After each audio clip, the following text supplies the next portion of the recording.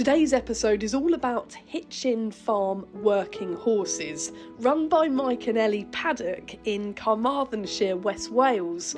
They live and work on a 52-acre farm on which they keep and work their team of 14 heavy horses, along with a menagerie of other farm animals, newly planted orchards and a market garden.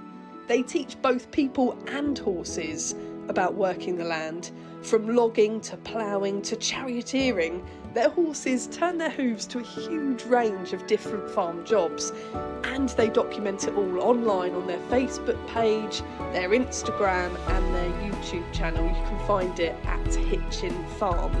In this episode, we jump into life off-grid with Ellie and Mike. We find out how this dynamic partnership got together to create a farm run entirely on horsepower. We discover if every horse has the potential to be a working farm horse and what it takes to train new and young horses. We hear the struggles and challenges they both face and how the couple have rescued horses bred for meat abroad and how they now breed their own herd to create the perfect, ideal working foals. All that and lots more. Let's jump in, shall we? Ellie, welcome to the Curious Equestrian Podcast. Thank you for having me. Now, I absolutely love your on-farm videos in your YouTube vlogs, but for those who haven't seen your setup, just describe the farm in which you live. So we live on a 52-acre farm in West Wales. We're on a bit of a sort of mountainside, basically. We own quite a bit of a valley, and we've got a couple of flat fields at the top. And on our farm, we have sheep, goats, pigs. We're just looking into buying cattle, but we run it all with our team of 14 heavy horses. And we also train horses for other people. So at the moment on the farm, we've got 24 horses that we're working with. So, yeah. And when you say we, it's you and your partner, Mike. Yes, yeah, my husband, Mike. We've been working together since about 2016, training horses. So, yeah. It's more work than two people can realistically do, but somehow we managed to do it. So, yeah. And Ellie, take us back. How did you both get into horses and when did you first fall in love with them? So for me personally, I actually spent part of my childhood in Hong Kong. I grew up in Hong Kong and then we moved to the Middle East. And that was one of the few sports that girls were allowed to do. So essentially my childhood was spent learning to ride Arabs through the desert, wow, which was really cool. And when I was about 11 or 12, I think, we moved back to the UK. And there I was lucky enough that my parents got me a very lovely New Forest pony that was just sort of green broke. I used her a lot for show jumping for several years, but then I outgrew her, but I didn't want to sell her. So I trained her to drive and I had her right up until the day she died when she was 23. And I'd had her since she was 4, so it was quite a good, strong relationship. And then Mike, he started out just being obsessed with working horses, basically right from the off. He went and got himself his first heavy horse stallion when he was 17. He was then headhunted by the British horse loggers and did a British horse loggers apprenticeship. Wow. And then he was the head horseman for the Prince at his Tetbury estate for 3 or 4 years, I think. And then we met because I'd also been doing working horse stuff when I was at university. I worked on a yard where a chap was breeding Suffolk punches and doing logging. Wow. We met in the woods, basically, on a horse logging. Well, I was there for a horse logging apprenticeship interview, and Mike was teaching. So, yeah. A match made in heaven, as the cliche would say. Yeah, it was a bit fatey, for sure, yeah. When did you both decide that you were going to team up and collectively use your different skills in the equestrian world to form your own business and working farm? So I think it took about 3 days within meeting of each other. I had just inherited a little bit of money and I knew I was going to buy a farm and I wanted to. So my background's in ecology, my degree's in ecology, and I'm really into kind of sustainable food systems, because the current food system is just not sustainable in any way. And I was looking into using horses in that, which is why I was doing the interview that I met Mike at, and he was sort of finishing where he was working. Unfortunately, his boss had just passed away. Oh. And so we just basically threw in together. We got married within about 6 months of meeting each other. We bought a farm. Yeah, it was it was just going to happen. So yeah, we just Which went ahead is with what it. you would imagine when watching your YouTube videos. You work so brilliantly together. You do assume that you would have met and, your lives would have fused almost immediately. Yeah, that was pretty much the case, to be honest. Yeah, it was a bit of a Wow. whirlwind. And what an adventure you've both gone on. So tell us about your herd of horses. So we have quite a mixed herd. A lot of them are rehomed. I think we've only bought about 2 of them. So we've got a collection of European heavies. We've got a Brabant, a Breton, and an Ardennes, which are all kind of working and meat breeds in Europe. But we're trying to step away from using the pedigree bred horses because we find they have a lot of health issues. So in particular, just as a case study, the Brabants, by the time they're 2, 80% of them have CPL, which is just rubbish. Yeah, they shouldn't really still be breeding them in the same manner, but because they're eating a lot of them, it doesn't really matter quite so much. To them anyway, but to us, you put a lot of time and effort into training a horse and then it breaks down effectively at a young age is not much use. So we've been crossbreeding them with our cobs. So we have 3 cobs, and we have 5 cob cross European heavies now. So we've got 6, maybe even more than that. Wow. I don't know, I lose count. But we've got a Percheron cross stallion that we bred out of one of our cob mares, and he's the father to 2 Brabant crosses and 1 Ardennes cross. And yeah, we're basically just mixing and matching to try and get the brain, the body, and also the good health, because that's really difficult to find. And the reason why we've had to go into breeding them is because you can't buy them. They don't exist on the current market.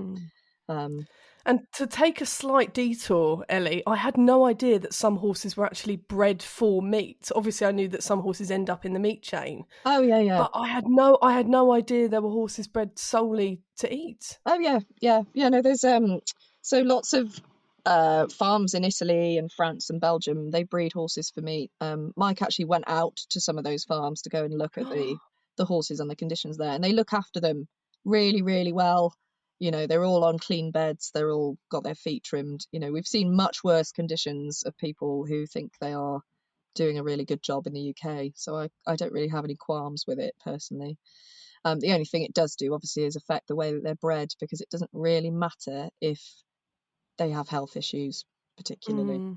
But yeah, And it's what quite prevalent. attracted you to that breed as a hardy, heavy breed to drive on your farm? So the Brabants are really, really attractive for a start. They've got a lot of feather. They are the heaviest breed of horse in the world. They can weigh up to 1.1 ton.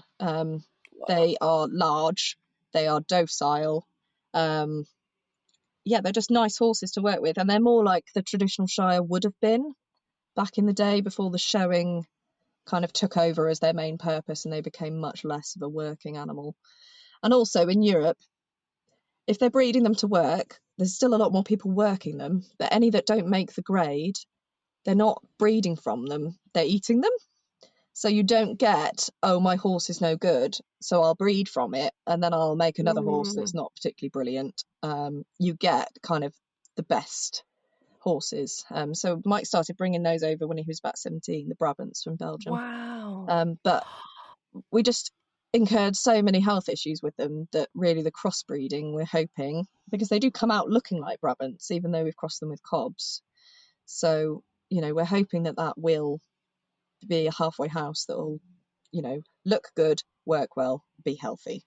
And they are beautiful. Yeah, Ellie, they for are. anyone Yeah. who hasn't seen your accounts, you must go and check them out. Absolutely beautiful herd of horses and really unique colours, aren't they? Yeah, they are. So the Brabants throw a lot of roans. So we've got 2 Brabant cross cobs that are blue roan with black legs and black manes and tails. We've got 1 strawberry roan, well, 1 purebred Brabant that's strawberry roan, 1 that we've bred that's a crossbreed that's strawberry roan. We've got dapple grey, chestnut, bays. Yeah, we've got a little bit of everything. We used to have a lot of coloured gypsy cobs, but now we only actually have 2 of those still in our herd. But yeah, they're really good for crossing out to something that's just got a bit more weight and a bit more bone to it, so that they actually just find the work easier, because you can do it with the smaller cobs. And for a lot of small holders and things, the smaller cobs are the right thing because they're economical to feed, they're easy to harness, they're good to work with, they've got a great temperament. But for us, because we're doing the more extreme end of things, like, we want to hitch them up to a reaper binder and go and bind a field of corn, they just need to be slightly heavier than what we're able to find. So yeah, and we've got 3 more due in a month's time. 3 more foals. And we'll get on to your breeding in just a moment. But tell us, Ellie, when you talk about it being important that your herd has a certain type of mind and body and brain, what exactly are you breeding for, and what is your sort of perfect working horse? So we're breeding for something that's really dexterous. So we want to be able to ride them, carriage drive with them, and work with them. And when I say work with them, they do a huge array of different jobs. So they would be doing, hang on, my phone's just decided it's not charging. They would be doing logging work. They'd be doing like ploughing. They'd be doing field work. They'd be doing absolutely anything that we wanted them to turn their hoof to. We even take them chariot racing. We've set up quite a few different things that we want to do. So they need to be adaptable, but also sensible enough that we can hand them over to clients. So something that's not jumpy, spooky. A lot of that comes down to training, but I think more than people think comes down to the genetics and to the mother in particular. With the foals that we've bred, we've really found that they basically are just a clone copy of their mother's mentality. Wow. So yeah, it's quite interesting. So they can take all loads of different traits from their stallion, from their sire, but their brain is their mother's. It definitely seems that way to me. Yeah, I could tell. You can almost predict what the foals are going to do in certain situations from what their mothers did in those situations. And we're working with everything that we've bred from. Everything that we want to breed from has to be doing all of the jobs. Otherwise, in our opinion, they're not the right horse to breed from for us. So yeah, it is quite. That's really interesting, isn't it? Because in the breeding world, you do hear people saying about the stallion having such a kind and calm temperament, and people choosing stallions for that. Do you think that has an influence? I'm sure it contributes, but I definitely think personality is much more down to the mare. And I've read some studies a while ago in the Small Farmers Journal where they were studying Percherons in America, where there's a lot more working horse community and a lot more farmers using horses, and they were saying that they thought it was 80 to 90% personality from the mare. Wow. So that's fascinating. I've not heard that before. And tell us about how you keep them, Ellie, because they live a very natural life out on the farm with you two. Yeah, so they're turned out as much as possible. We have a bachelor herd, which is at the minute 6 stallions and a gelding, and a mare's herd, which is 7 mares, I think, at the minute. And they basically just live up in about 10-acre fields. They live their lives effectively. And then in the winter we bring them in because it's Wales and it's cold and wet. And they live loose in a barn in their different herds. So the stallion herd we split down into 2 groups this year. So there was one barn with 3 in it and one barn with 4 in it. And then the mares have run of a very large barn, and they all just muck in together, basically. And you work the mares and the stallions together? Yes, yeah, we do. Yeah. How challenging is it juggling the 2 of them?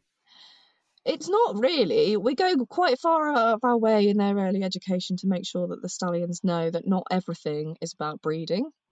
I think that's, in the UK in particular, people don't really work with their stallions. They just breed from them. And if you kind of imagine that in a human context where you have a teenage boy and you're like, you only ever come out when it's time for you to get it on with a girl, they'd probably be a bit crazy. But our boys, they live with their friends. They've got all of that contact. And also we quite often will put them in with a pregnant mare when they're quite young, and she will let them know in no uncertain terms that it's not always breeding season. And they learn a bit more bedside manner, and they respect the mares a lot more. And it's also all about clarity. So when they've got their harness on, it's working time and it's nothing else.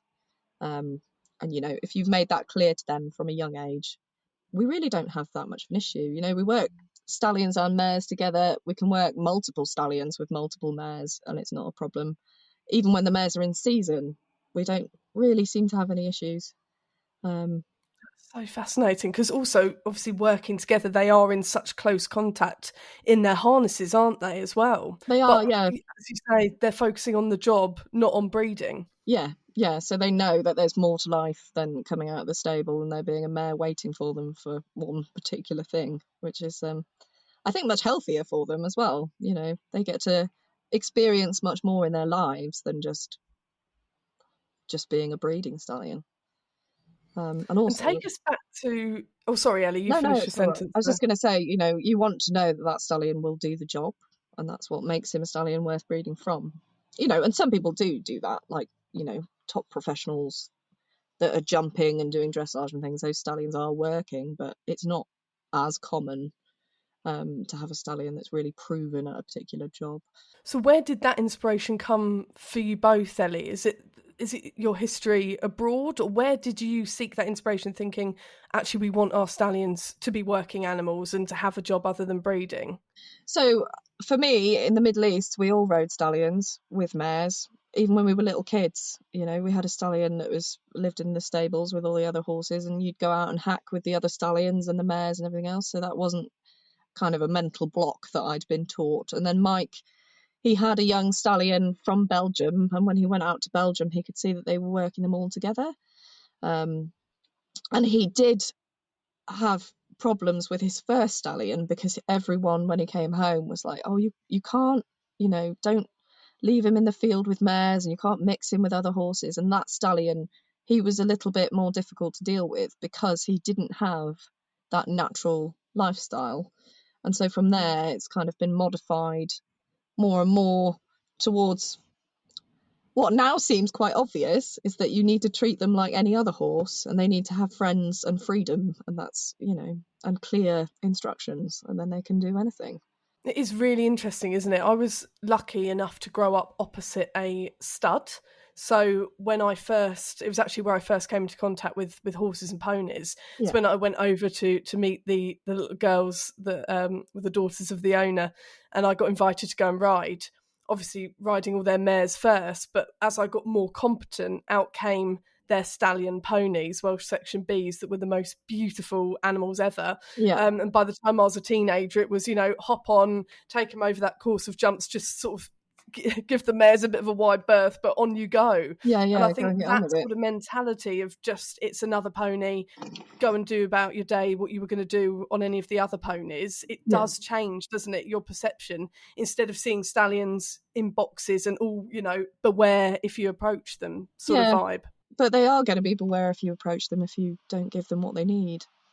You know, when you kind of step away from it, it seems quite obvious. But yeah, I don't know. It's a strange thing. And when you watch them in your videos, you wouldn't know any different when they're all in harness and they're all working. You know, you wouldn't pick out the stallions from the mares, and they are all focused and doing their jobs. Ellie, I'm fascinated by your history in the Middle East. What was it like learning to ride and then coming back over here and becoming a horse owner and riding over here? There must have been a huge sort of adjustment process for you in what you'd learned and then coming over here. So in the Middle East, there was no kind of health and safety. There wasn't even really much, I'm going to say teaching.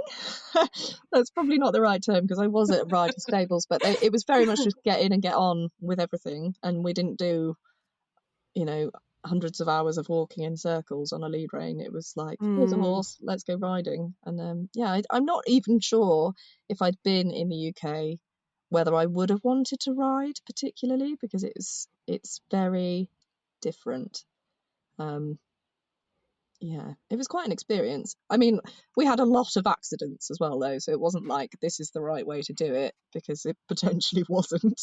And I don't know why my parents particularly would have let us do it, because a lot of it was quite dangerous, like going out on hacks and being attacked by packs of waddy dogs, or, you know, being chased by cars, and lots of different things that were quite questionable when you look back.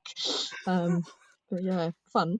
It was definitely And fun. it was get on and go, was it? Yeah, get on and go. Yeah, stay yeah. on. Off you go. There you go. And I must have been sort of 7, but I was a really small child, and I had 14-2 Arab mare, and most of the mares and stallions that were in the stables were ones that didn't make the grade on the tracks. So they Oh weren't my like gosh. your average plod. They were sort of quick. But yeah, it was Wow. fun.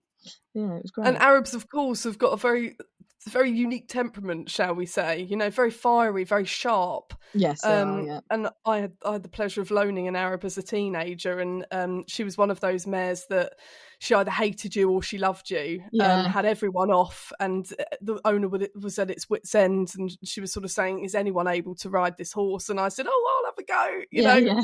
And we bonded in a really unique way, and felt that really special relationship in that I was the only person that she'd let ride, and we had so many adventures. But they are a very quirky breed, aren't they? Oh yeah, definitely. And you actually have an Arab cross, and I was going to ask you, one of my questions was, how did an Arab cross end up on your working farm? But I'm now seeing the influence from your past. I think we were just bored. We were waiting to move farms, and we didn't really have anything to do. We were living on a friend's farm, and we couldn't really farm there, so we spent sort of 2 years kind of in limbo, effectively. And he popped up on Dragon Driving for £4,000, and he was just around the corner, and we thought, oh, that's quite nice for £4,000. And then he kept going down and down and down and down and down and down and down, and we in the end bought him for £2,000. And he was just around the corner, and it felt like the right thing to do. But he doesn't get as much attention as I would like to give him. So yeah. What would you like to do with him? What are your plans with your Arab cross? So my original plan was to just use him as a ridden horse. We do some training for riding, but also where we are, we're really lucky. There's loads of really beautiful places to ride, and I just wanted something that I could take out that was a bit more sporty. Because obviously riding some of the heavies is a bit like riding a sofa. They're not really going anywhere very quickly, and I don't know, something a bit more challenging, bit spicier. But he's still too young. He's not yet 3, so it'll take a while to get anywhere with that. Oh wow! Well, we'll look forward to your YouTube videos on that discovery. Do you think he'll be a bit of a firecracker? Or I guess you're not bothered if he is. I definitely think he will be. Yeah, I definitely think he will be. It'll be an interesting test for me, because I haven't really done a lot of riding of late, because obviously we work more, and we actually work with other people's horses more than we work with our own, I would say. And so it'll be interesting. Yeah. And Ellie, you both use elements of natural horsemanship, yourself and Mike, in your training. Who have been your horsemanship inspirations over the years, and how did you adopt your very steady and gentle approach with the horses?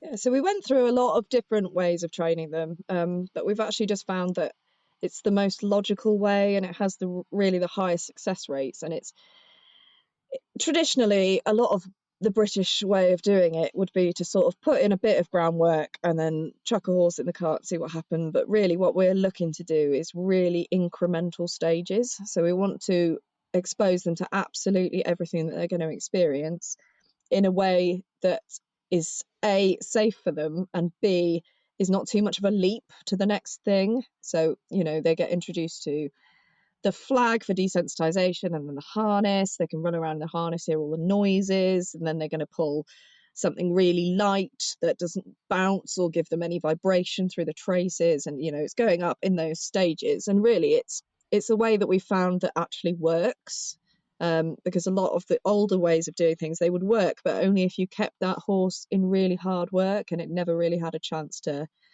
kind of question anything, or to have the energy basically to complain.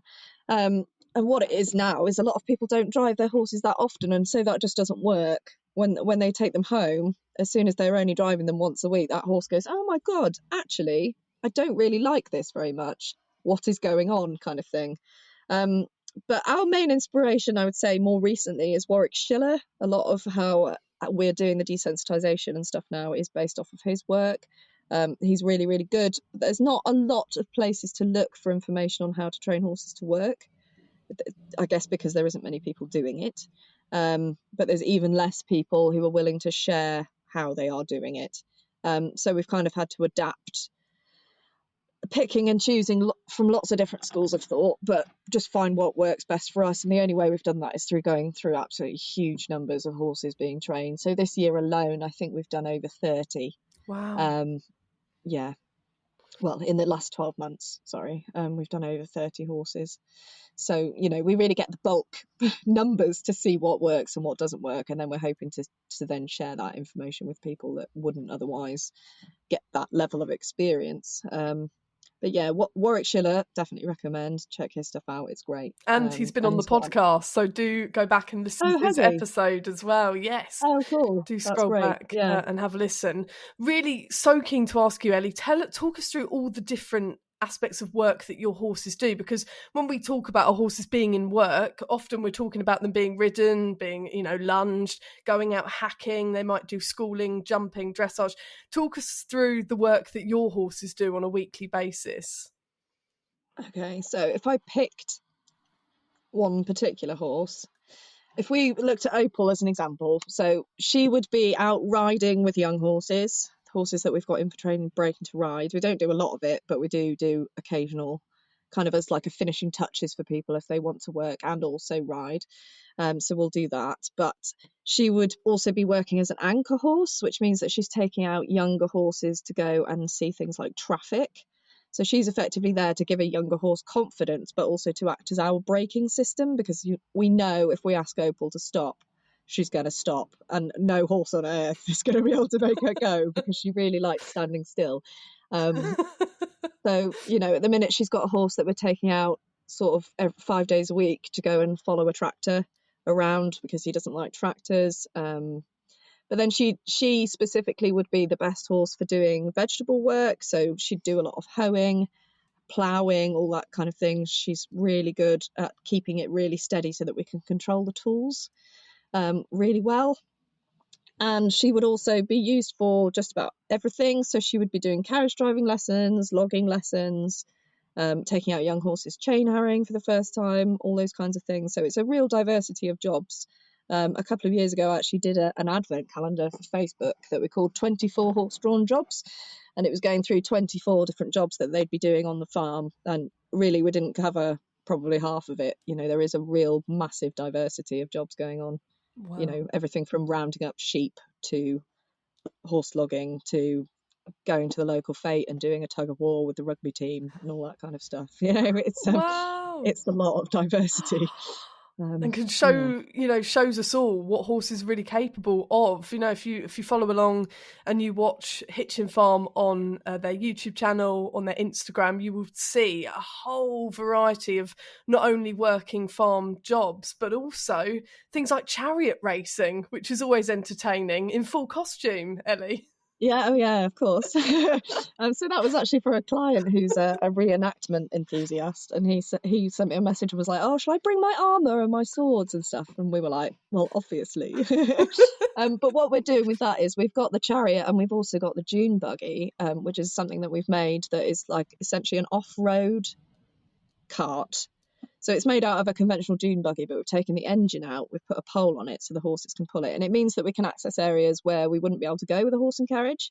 So we can, gallop around, do handbrake turns with it, just bring a little bit of the joy back into carriage driving, because a lot of the traditional British way of carriage driving is not very appealing to younger people.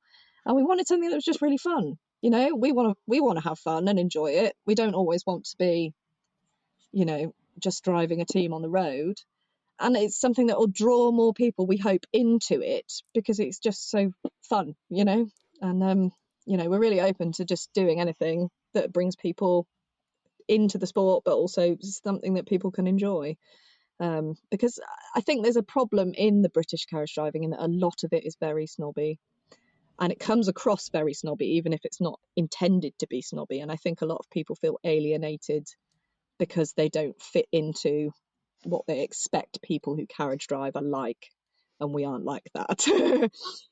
Everyone's welcome, and just come along and have a laugh, really. It's otherwise these things will die out. You won't get young people coming into carriage driving to be told that they're doing everything wrong and that their harness isn't clean enough.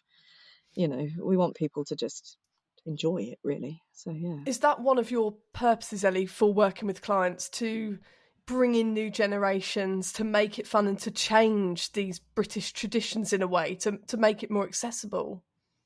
Oh, absolutely. I mean, there's a lot of the older boys and people who are working in horses who call themselves the last horseman. There's even a book written by a chap called, The Last Horseman, the last person working horses on farms. And we don't want to be the last person. That's rubbish. Why let it die out when you can share what's good about it? And it's definitely got a space in the British countryside on small farms. It's an economical way of doing things because a lot of people already have a horse. They're just using it for riding, but why not also use it for other things? It's better for the environment than using a machinery. It's better for your soil. You don't get the soil compaction that you get from using a tractor. And it's a great thing to do, I think. And it's really it's all about the relationship with the horse. And I think a lot of horse sports have lost that to a degree because they are based on what you can achieve, to the highest accolade. And there's not really any of that in working horses. It's going out together and getting the job done. And I think that's something that should continue, basically. So yeah, I was going to ask you as well about that relationship, because you are going out and often with 4, 5, sometimes 6 horses all in harness, with big sort of, I say machinery, but big tools and big kit behind you. Yeah. How much of what you're doing not only is training but also trust? Quite a lot.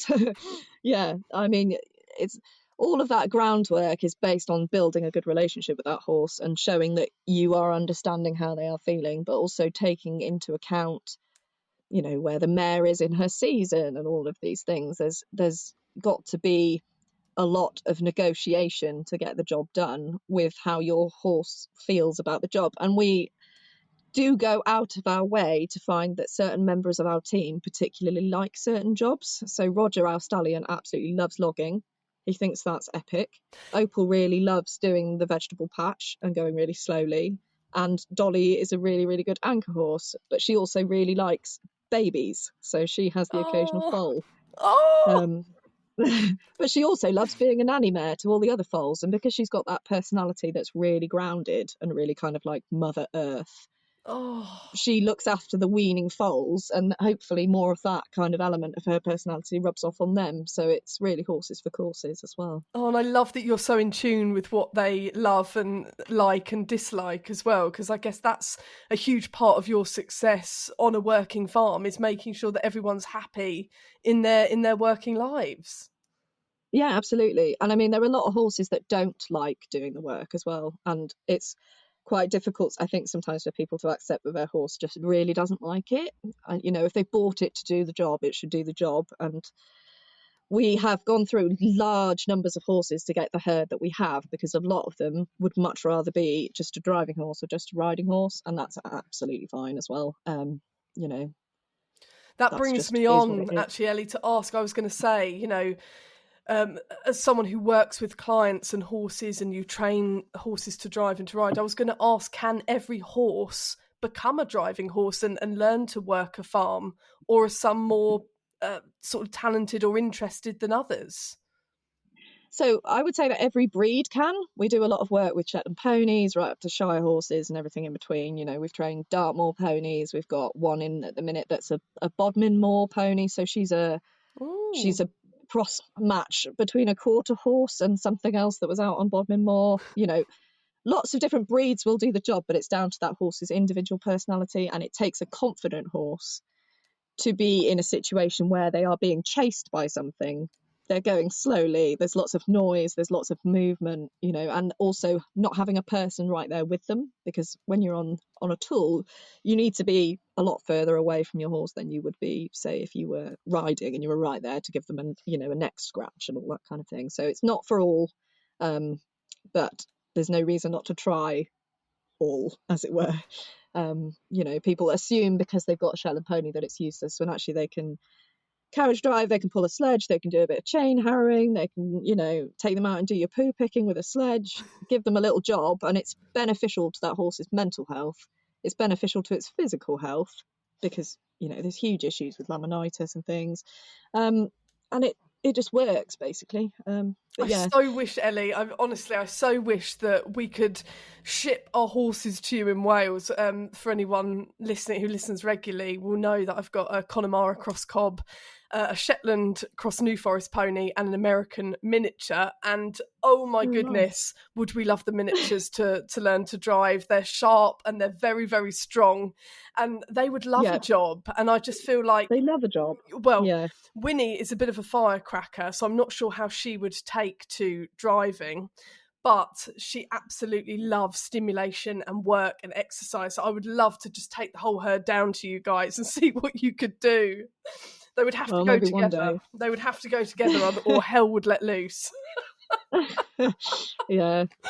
Oh. Well, we do run clinics and all that sort of stuff. So if you ever get the free time, then bring them. Wouldn't over. that be entertaining to bring the three to you to see what see what could happen? Do you take? Yeah. Well, sorry, Ellie. Do you take? So for people who have multiple horses and they say, "Oh, actually, we'd like to have them all trained." Do you take them as a herd, as it were, or do you like them individually? No. So we've actually got a pair of horses from one farm, 3 from another, and a team of 3 Shetland ponies from another farm, all on the yard at the moment. Wow. So, yeah.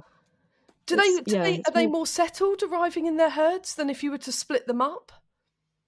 I think it depends entirely on the different horses. The 3 Shetland ponies are there to learn to work together. One of them's a youngster, and then there was a pair that were having some issues. But they compete at a high level, so they've seen the world. That's not really their issue. But we've had 2 wild ponies brought to us, completely unhandled, to be made into working horses, or to introduce them to work. And they obviously would benefit from company, I think, that's going through a similar experience. But we never leave any of them on their own anyway. They're all on the yard. And we've basically got a cattle yard that's broken down into small sections so that they can all come into contact with each other, and they're out, but they're also easy for us to access. They're not like stuck in a stable or anything. For those watching on YouTube, a few moments ago when we were talking about your horses all having jobs and their favourite jobs, would have seen my face sort of react when you said Roger and logging. Was Roger your stallion that was pictured on your Instagram leaping and galloping through the water on a harness? Yeah, that's Roger. He'll go through anything. you could point him at a fence and he'd be like, "Oh yeah, let's go break that down." But yeah, no, that's definitely his thing. He really loves pulling. He really puts all of his efforts into that, and you don't have to ask for it. He's just like, "Let's go." How did you even take that photo of him in the water on long lines? Where were you guys? I didn't. I didn't. Mike was in the water, but we had a photographer who comes and takes some photos. She's building up her portfolio for her, I think it's like Masterful League of Photographers. It's probably not that at all. Something like that. She's doing a portfolio and she comes and takes lots of pictures. And her name is Karen Bennett, Equine Photography, if you want to find her on Instagram. But she gives us all of her outtakes. So that was one of her outtakes, just to give you an idea of how good her actual photos are. Yeah, no, she's brilliant. And shows also the interesting lives that your horses live through water, up and down the valleys, through the woodlands, across the fields. They have such an interesting life. Yeah, they do a lot. And that's kind of a big part of the training, is introducing them to all of these different terrains, because if you are logging, you're generally getting contracts where tractors and machinery can't go. So you are getting kind of a diverse landscape that they need to learn how to interact with. Roger would quite happily jump a ditch whilst pulling a log. It's not, it's not a problem to him. And if anyone hasn't seen that, you've got to go and check it out on Instagram. It's a beauty, an absolute beauty. But that's another reason why we like the Stallions, is because they're really up for everything. It's more of a game to them. Yeah, dare I say, much like their human counterparts, Ellie. Interesting, on this podcast, we often talk about those owners who say, oh, I'll only ever keep mares or I'll only ever keep geldings, and a lot of horse owners have a preference, but so interesting to bring stallions into that conversation and how much you enjoy working with your stallions. Yeah, no, they are brilliant, and they are a completely different kettle of fish to the mares as well. With the mares, you have to be what's the right word? You're asking them a question, you're not telling them what to do. And with the stallions, you're like, let's go do this, and they're like, yeah, let's go. And it's great. Yeah, A go-getting approach. yeah. I love it. You have to be a bit more Ellie, tactful with the mares, I guess, is what I would say. But yeah. yes.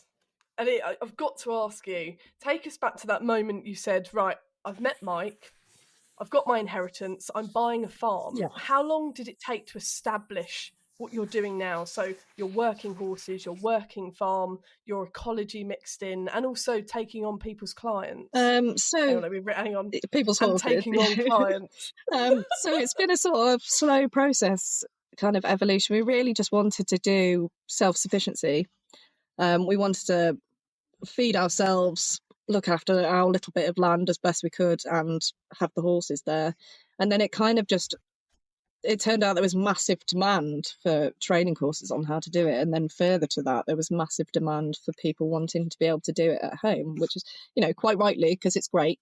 But yeah, it's sort of got away from us a little bit. The business has kind of taken on a life of its own. It's now, we do more of that now than we do of the actual farming itself. But we are trying to work out a better balance whereby we can concentrate on our farming enterprises as well as, making sure that everyone is catered to effectively. And how does your ecology balance out with the horses and what you're doing with the farm work? Do you use the horses in certain ways to help the land? So not specifically, but I think just, in its very nature, the horses tread lighter on the land than you do with the heavy machinery. There's a lot of aspects of what we do with our farm that are better for the ecology, like we're not cutting the hedges back all the time. We're looking after the biodiversity in the fields, and we do take the ecology into consideration a lot. I think where the horses are much clearer as a better thing for the ecology is in the woods, because with conventional forestry machinery, you'd be cutting in large tracts. You'd be taking out big tracts of woodland at the same time. And with the horses, what they can do is they can weave their way in and out. You can pull out the best logs that are ready to go. It's more profitable because you aren't knocking down good trees to get to, the tree you want or whatever. And it treads a lot lighter on the landscape. So we do a lot of sites that are triple SI or are sites of archaeological importance. And that's because the horses are able to get in and out, really causing minimal damage. Oh, it's fascinating to watch, and you do get a glimpse on your YouTube channel and on your Instagram and your Facebook page, which is absolutely fascinating. I often find myself gripped, and it is a form of escapism. When did you decide that you were going to document life and share it to the public and share it online? Well, it was really a way of getting out the message about the business itself initially. So I started the Facebook page, I think, just after we'd moved to Devon, because we were new to the area. We'd been working in Hereford prior to that, and we wanted people to know that we were there, and it's the obvious way to do it without having to pay for marketing, basically. And then that just took on a life of its own, and it's expanded out into Instagram and also YouTube. So YouTube in particular is a good way for us to share that information much more in depth, and you can also learn a lot from longer videos from other people and share that with the community of working horses, because there just is not a huge community of working horses within the UK as it is. So yeah. And do you feel like it's part of your purpose to share your life, to not only make it accessible, what you're doing more accessible, and encourage people into driving that may not have that accessibility elsewhere or may not see themselves as part of that community elsewhere, but do you also see it as raising more awareness and keeping these more traditional skills with horses going? Yeah, I think so. I think it's important that, people can see that there are people out there just getting on with it, basically, because you quite often get a lot of people saying that all of these things can't be done. And if you're out there doing them, it's, it's good to show people that it can, yeah. And you guys are both so fearless in what you do, and with your backgrounds, it's not surprising. But are there ever any moments where you do feel the fear in your quite high octane, high adrenaline activities with Oh the yeah, horses? absolutely. If you don't, then you're doing it wrong. You're not appreciating how dangerous the situation actually can be. You know, obviously we go out of our way to make sure everything's safe, but it's horses at the end of the day. And in some cases, you know, when you've hitched a plough to them, you've essentially hitched a blade to a prey animal. And, you know, there is a lot that can go wrong. So definitely a strong awareness, I would say, perhaps more than fear of, of what can go wrong. And we've seen a lot of accidents as well, had a lot of our own share of accidents, but you have to move forward from that and not think, oh, well, that's that and that's the end, you know. So, yeah. Ellie, I've got to ask you, you added a newborn baby into what you do on the farm. How did you add that baby into your busy life on the farm with your herd of horses? So it's been quite difficult, to be honest. I think, you know, there's a lot of kind of Instagram versus reality kind of going on with that people just assume that it's super easy because you can see people doing it. But it is quite difficult. We had to make a lot of compromises in terms of what we could do, especially for me, what I could do with looking after Arthur at the same time. But, you know, there were loads of things that we could do as well if we went out of our way to make it easier to access those things. So, you know, I was carriage driving when I was pregnant. Arthur came home from the hospital on a sledge because we lived half a mile's walk off the nearest road. And then when he was a little baby, I used to have him in a sling, and I had a big coat that I bought, and I would just put him in the sling, have his little head sticking out with a coat on it, and I'd go to work and carry on doing things. Obviously, you have to have safety in mind, but you know, we just got it done basically. And then when he was a bit older, we moved into a structured backpack, which meant that it was a bit easier for me to carry him.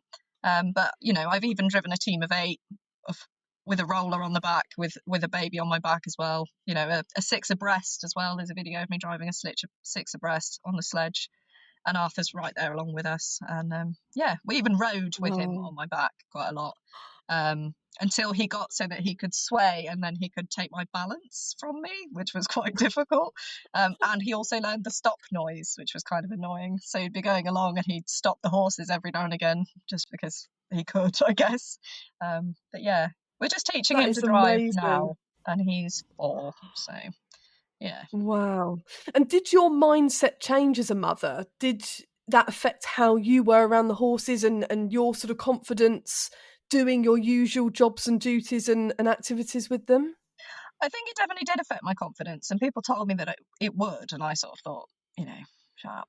But actually, it really did, and I think purely because I didn't get the same amount of time doing the things that I would have been doing day in, day out. I was suddenly, you know, only doing it twice a week, and it all felt a bit different. And obviously, you've got to be more careful, especially if you are actually carrying the baby with you.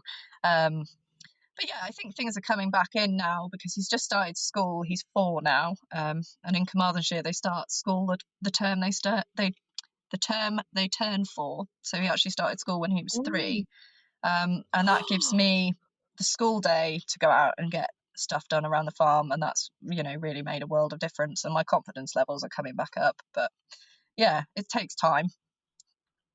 Yeah. As everything does, doesn't it? You know, it does take time, whether you've had a break from horses, whether that's due to motherhood or maybe illness or, you know, other sort of personal circumstances. Yeah. And that's part of life, isn't it? It's really weird as a society that we try and pretend that none of that does happen.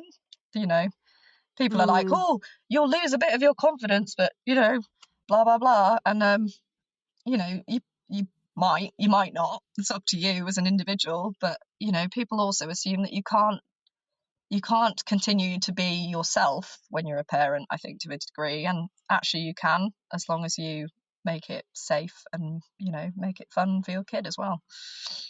And all these comments, whether it's about motherhood or it's about aging or whatever it might be. I mean, I can remember being told when I was a very, you know, confident, gung-ho teenager, oh, as you age, you're going to lose your confidence because you don't bounce like you used to. And you think, you know, all these comments that are trying to bring you down when you're just going about your daily life with your horses are not helpful, are they? In any kind of circumstance, for whatever reason, you just wish people would sort of keep these messages and these comments to themselves. Yeah, that would be nice. But also, you know, people will tell you all the things that you can't do rather than telling you what you can still do. You know, people will be like, oh, you'll never be able to do that again.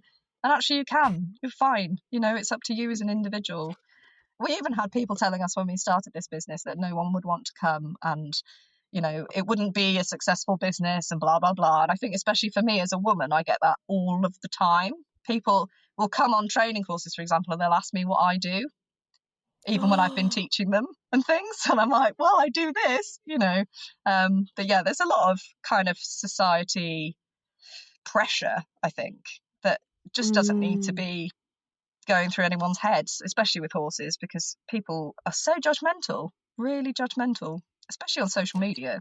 Like, it's ridiculous. When they can hide as well, when they can comment and hide, so they don't even have to stand by those comments, do they, or see the reactions. They can just throw them and then duck for cover. Yeah, and it's so interesting what you say as well about being a woman. You know, we talk about gender equality now, but there's still so much gender inequality that goes on in these everyday comments and in language and in questions like that. You know, what do you do? What, you know, I work on this farm, I teach, I do what I'm doing, what you see here, but people still feel the need to ask and to question, and I don't know whether they don't think or whether they want to actually put women down or try and hold women back, but it's still certainly there, isn't it? Oh, it's definitely still there. And I don't think it's on purpose. I think it's just that we're taught for our entire lives that, you know, it's a man's job. And, you know, I've even had people where I'm teaching them on a training course and they offer me a go. They're like, oh, do you want to have a go? I feel like you maybe, and I'm like, no, this is my job. I do this all the time. Like, it's fine. But yeah, it is funny. But it that does must be also so drive me insane. frustrating. Yeah, it does. How do you contain yourself? Sometimes I do, sometimes I don't. But yeah, no, I even had a chat once and I taught him for the whole weekend. And at the end of the weekend, he said to me, wouldn't it be nice if you ran some courses for women? And he was serious. He was like, oh, I don't know what women could do. And I was like, hi, like, we can do all the stuff that we've just done. But yeah, actually, most of our customers are women, and most of the people that go home and work with their horses, you know, I would say the horses that come for training, it's 90% women that are bringing them. So yeah, I don't know where that idea comes from. There's still lots of work to do, should we say, in this society. Yeah, still definitely. Lots of work for anyone who thinks that, you know, there is full gender equality at the moment. Oh no, definitely it's still not. a long journey to go, and we can only hope that in years to come that it will be a truly equal society and no more of these daily comments will be said. Just unbelievable. Even so small as even when you take it out of the equestrian world and you get asked at the bank, are you a miss, a ms, or a mrs? And it's like, well, how about we all just be Mr, or let's all just get rid of, you know, these old archaic ways of being that were to showcase that women were on the market. Yeah, why weird, have we still got these things in place? It just riles me up, and I have to try and remain calm and not snap. So I don't know how you do it, Ellie. I really don't. Oh, I've started arguing with people on social media, to be honest. Mike's always like, you can't argue with pigeons, and I'm like, I'm gonna do it. But yeah, it's quite entertaining, and sometimes people will actually be like, oh, you know, I was wrong, sorry, or you know, delete their comments, or yeah. But it's bizarre what people will argue with you about, especially the videos where it's a woman driving. They will pick a fight much more than if it's a video of Mike and they think that he's written the text, when in reality he doesn't write any of it. I do all of it. You know, like I posted a video the other day saying that all of our horses were barefoot, and it was a video of me driving a team of 4 down the road, and I literally had 10 people tell me that they weren't. They were like, no, they're all shod. And I'm like, no, they aren't. They're all barefoot. And you can't even see their feet in the video. So it's like that ingrained in people that driving horses are traditional and they all wear shoes, that they will literally tell me that they know more about my horse that I can see, even though they can't see it, because it's the traditional way of doing things. It's totally bizarre. We're in the generation of the trolls, aren't we? Oh, yeah, definitely. Yeah. Yeah. I do have to try and not argue with them too much because it is a waste of time, but I do. to a point. And what advice, Ellie, have you got for anyone who's thinking, oh, I want to try something different with my horse, but I'm not sure where to start in the world of driving and working horses, farm working horses? So there are a few people that teach in the UK, if you're in the UK. There's us, there's Robert Sampson's farm, which is in the New Forest, and there's Jonathan Waterer, who's in Devon. And then there's the British Horse Loggers who run courses as well. Obviously, we run courses, we do clinics, you can bring your horses, all that sort of stuff. But if you're in the States, there's a really good organisation called the Draft Animal Power Network, and they have an online map which shows where all the different providers of training are globally, I think, rather than just in the US. But yeah, there's some good resources out there to go and find. And I've got to ask you, because I think we can all relate to, having accidents with our horses or being in intimidating situations with our very powerful beasts. How do you come back from that? How do you get over a scary situation and carry on with the trajectory you're already on with your animal? I think carefully. If you go back a couple of steps and make sure that you've got everything in place so that horse feels safe again would be the primary thing. But just be careful with yourself as well. I think people always assume that you're just straight back where you were, and that's not necessarily true. Take your time, do things carefully, make sure your horse is okay, make sure you're okay. And if it still, brings you a lot of joy and is your passion, then go ahead and keep going. And finally, Ellie, what are your hopes and dreams for Hitchin Farm? Cows. We want cows. That's our hopes and dreams for this year. We're trying to be logical and take small steps, because otherwise it would be to buy all the neighbouring farms and expand out, which we're never going to achieve. So this year is cows. That's our aim for this year. And for those who haven't yet checked out your Instagram, Facebook pages, YouTube, how can they do that? So on YouTube, we are Hitchin Farm. But if you put in Hitchin Farm Working Horses on Instagram, YouTube or Facebook, we should pop up anywhere there for you. And I'm sure I can send you the links, and maybe you can put them in the biopic or whatever it's called. Yeah, we will certainly put it in the captions and in the bios and in the comments as well. Ellie, thank you so much for coming on. And I have to say, you are a daily source of inspiration and escapism online, and you are living the dream in those moments when we've all got hay deliveries coming and we think, instead of lugging these 70 bales, I wish my Cobcross Connemara could pull them all in for me. And then up pops your video with your horses quite literally pulling bales off of juggernaut lorries. And I think, wow, it can be done. So thank you for your motivation and your inspiration on a daily no worries. basis. I'm glad you like it. Thank you, Ellie, for coming on the podcast. It's been a deep dive into something that's quite otherworldly, I feel, than what we see in our daily life as an equestrian. No worries. I'm glad that we are getting out there and reaching people, and I'm glad people are enjoying it.